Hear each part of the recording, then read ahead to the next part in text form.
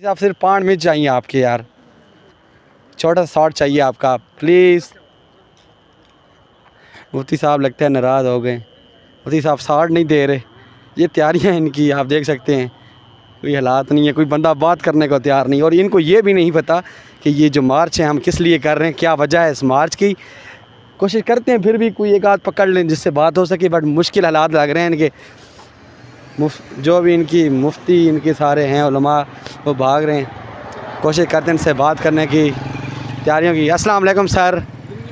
Sir क्यों आपसे थोड़ी सी बात करनी है तैयारियों के हवाले से, क्या तैयारियां चल रही हैं आपकी? आज आपका मार्च स्टार्ट होना था, नहीं हुआ, क्या वजह है? थोड़ी सी तफसीलात दे देना प्लीज़। आपका कोई बंदा भी बात नहीं कर रहा हमसे, क्या वजह है? तो बात करने की कोशिश कर रहे हैं लेकिन इनके जो हैं हालात मुझे मुश्किल ही लग रहे हैं अभी तक, जो हैं इनकी हालात हैं। फिर